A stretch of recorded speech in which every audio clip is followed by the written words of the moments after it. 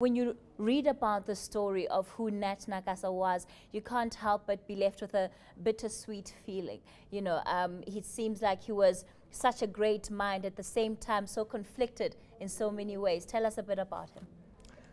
So Nat Nakasa was one of this very small cadre of incredibly talented and incredibly brave black journalists working in the early apartheid years.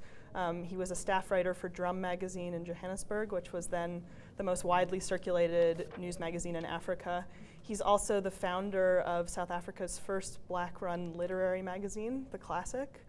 And he was also an internationally known writer. He wrote a couple pieces for the New York Times as well. And the story of how he actually ended up in the US really speaks of how great he was, particularly as an author, because he was there on a fellowship at Harvard University.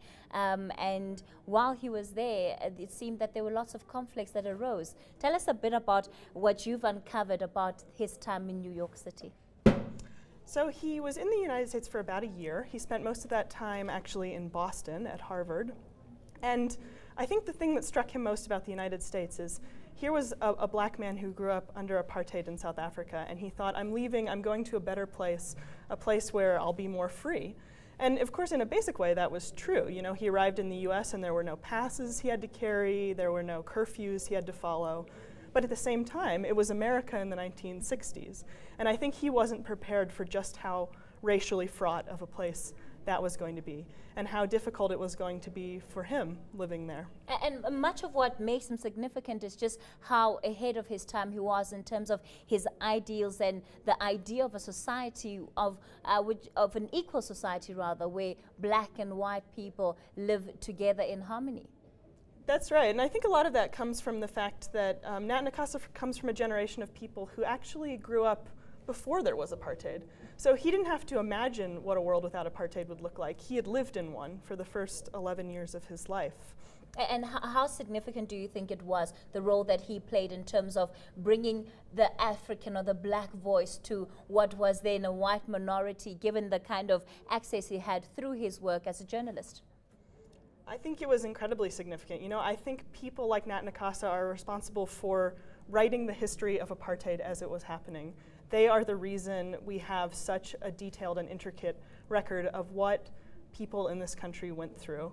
Yeah, and in terms of his family, what do you think this moment means to them, being able, 50 decades, 5 decades later, 50 years on, being able to go and have his remains exhumed and bring them back home to the country after he himself was denied access back into the country? Well, 50 years ago, Nat's sister Gladys watched her brother get on a plane and fly away. And that was the last time she ever saw him. And there's just, for her and for the rest of her family, really never been closure in that story. She mourned, but she was never able to have a proper funeral, a proper burial.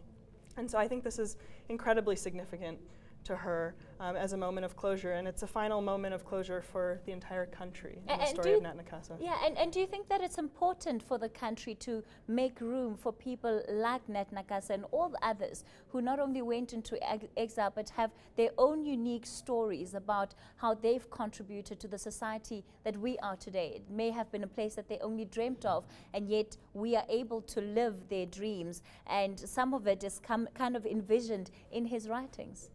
I think that's absolutely true, and Nat Nakasa's story reminds us also that all black people didn't experience apartheid the same.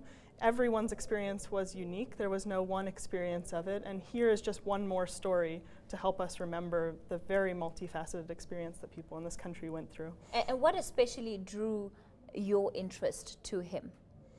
I think a lot of it was his sense of humor. Here was a man who understood with incredible precision just how absurd of a system apartheid was, just how darkly comical it was in some ways. And I think, therefore, always had this optimism that a system that absurd can't survive. And so there's this current of hope that runs through the way he wrote. That's just really incredible for anyone reading his writing. And of course, there is that criticism that is leveled against him, that he was quite detached from black Africans, particularly in townships, and quite disassociated with that kind of life. And so how could he fairly represent it? You, as somebody having studied his life, what do you make of that? Look, as I say, I think there was no one black experience of apartheid.